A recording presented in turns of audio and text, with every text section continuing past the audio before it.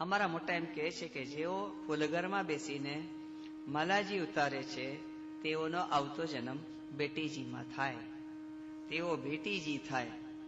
અને જેઓ પાછા ફૂલઘરમાં બેસીને બધાને આકરી વાતો કરે, એમ આમ કહીએ ને કે મને તો લડતા નથી આવડતું, વૈષ્ણવ તો બહુ બહુ બહુ પોચું માણસ, કોકને આકરા વચન કહેવાનું હોય ને હળદુતિયા, આટલું રોજ રોજ રોજ આવવું હોય ને તો જ બેસવાનું, નહીં તો નહીં. આજ્ઞા લઈ આવો પેલા. એટલે આજ્ઞા લેવાઈ ગઈ પછી જો કેમ આજે નો આવી, ખબર નથી પડતી કેટલી કરવાની છે. અને તે જેવા આ કોમલ છે તે રીતે વાણી અને શબ્દો પણ કોમલ રાખો, કોમલ રાખો. પણ આપણે આકરી વાણીથી જયારે બોલીએ ને, જેને પણ બોલ્યા હોય તેઓ બધા બેટીજીના સાસરે વાળા થાય. બેટીજીના સાસરે વાળા થાય.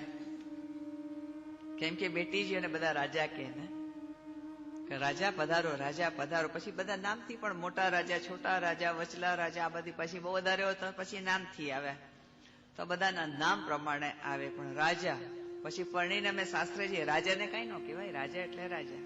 અમે અમારા માવતરમાં આમ રહ્યા હોય હાથમાં, રાજા એટલે રાજા. પછી જે રાજા પરણીને શાસ્ત્રે જાય ને પછી જે અમારા બેન્ડ વાગે છે ત્યાં હાઈ ક્લાસ એવા વાગે, ઓ રાજા ચાય લેકે આવો.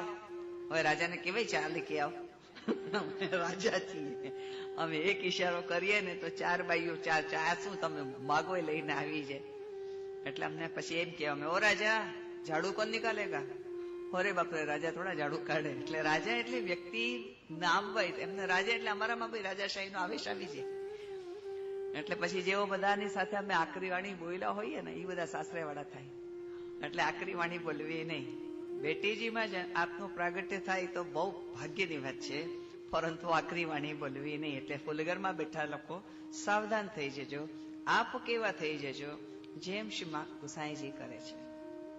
શ્રી ગુસાઈજી પોતે જયારે માલાજી ઉતારે છે, કેમ કે સેવા તો બંધ, દ્યોડી નહીં, દર્શન નહીં, કાંઈ નહીં. એટલે સેવામાં બી નહીં જવાનું, દર્શન બી નહીં, જારી નહીં, ચરણ સ્પર્શ નહીં, કઈ નહીં, બધું બંધ.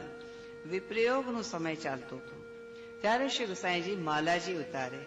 જયારે માલાજી ઉતારે ને, માલાજી ઉતારે ત્યારે એક એક ફૂલને ઉતારે અને એક એક વાત કહેતા જાય, એક એક વાત કહેતા જાય. શું વાત કહેતા જાય કે હે માલતી, જેને માલતીના ફૂલ ઉતારવાની હોય, હે માલતી તું શ્રીજી બાવાને મારો એક સંદેશો કહેજે ને. એટલે માલતી ઉતરી જાય, અંદર સોયમાં માલતીનો ફૂલ ઉતરી ગયો. તું શ્રીજી બાવાને મારો એક સંદેશો કહેજે કે મારા પલ પલ પ્રાણ તૂટે છે, હું નથી રહી શકતો આપના વગર.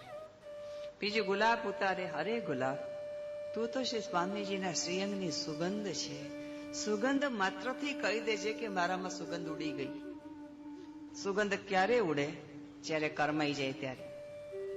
ચંપાને કહેજે, અરે ચંપા, આ બધી સખીઓના નામ છે. અરે ચંપા, કોઈનું નામ ગુલાબ હોય, કોઈનું નામ ચંપા હોય, જે ચંપાબેન હોય ફૂલાઈ જશે જરા. અરે ચંપા, તું મારી વિરાવ્યતા પ્રભુને કહેજે કે હું કોને ભાતીશો સમય કાપીશ, કોને ભાતીશો. એક એક ફૂલને ઉતારતા જાય, અશ્રુની ધારા ધડ ધડ ઉતરતી જાય.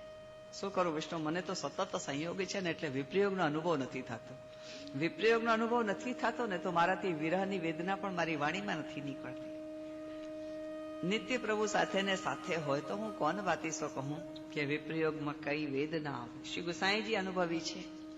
એક એક ફૂલ ઉતારતા જાય છે, વિરહ વ્યથા કહેતા જાય છે, વિરહ વ્યથા કહેતા જાય છે. તું કહેજે માલતી, તું આ વાત કરજે, મારા પલ પલ પ્રાણ તૂટે છે. માલતી, ચંપા તું એમ કહેજે કે આપના દર્શન વગર મારી આંખો પથરા થઈ ગઈ. પુત્રી કેમ થઈ ગઈ? આંખની કીકી છે ને પથ્થરની માફક સ્થિર થઈ ગઈ છે. હું મારા જ જોયા કરું કે જામગ મેરો પી આવે તન મન જો બનવારો.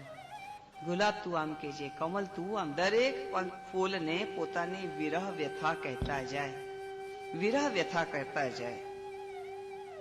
વિરહ વ્યથા કરતા કરતા માલાજી તૈયાર થાય. પછી ફૂલઘરમાંથી માલાજી બોલે. આપણે ત્યાં બોલાવે છે, માલા બોલાવે છે. નાદવારા જાઓ તો વધારે ખબર પડે આપને કે નાદવારામાં કહેવાય છે કે અભી દર્શન બોલો મેં દેર હે ક્યાં? તો કે નહીં, અભી માલા બોલી નહીં. માલા બોલે એટલે દર્શન ખોલવાની તૈયારી.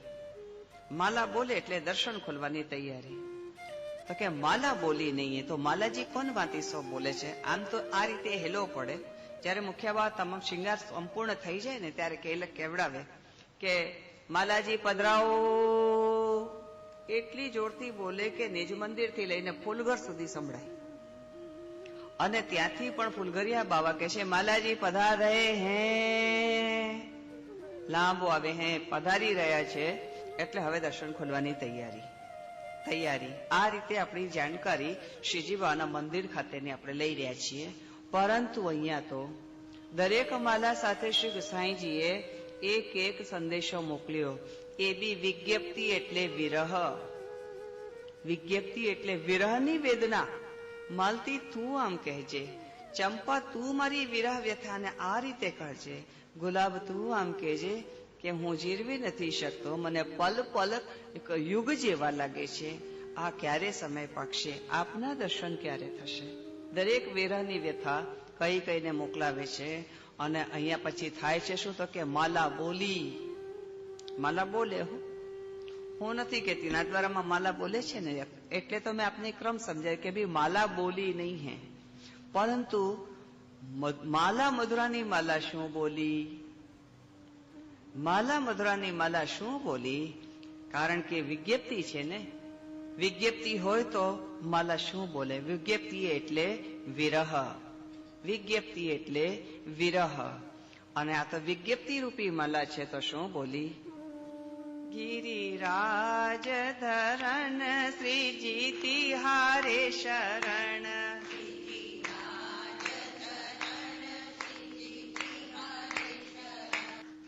શરણાગતિ સ્વીકારી લીધી. વિરહ શરણ સ્વીકારે છે. શરણાગતિ સ્વીકારી લઈએ ને તો પછી માલા મધુરા કોણ ભાતી સો બને?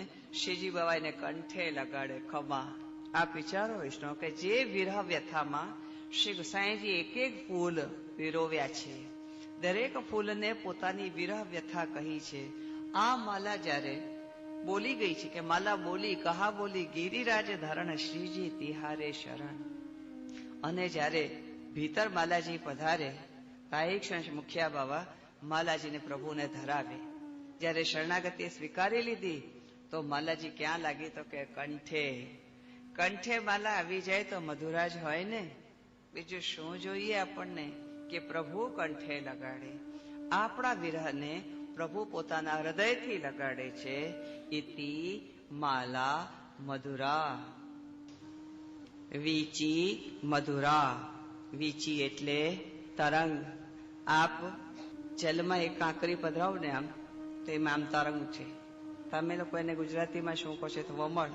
વમળ. હા, વમળ. વમળું છે એને તરંગ કહેવાય. આપણામાં વીચી કહેવાય. સંસ્કૃતમાં વીચી એટલે વમળ, હિન્દીમાં તરંગ. આમ જલમાં કાંકરી પધરાવ તો કેમ ગોલાકાર આમ વધતું જ જાય, બહુ સુંદર લાગે. યમુના મધરા.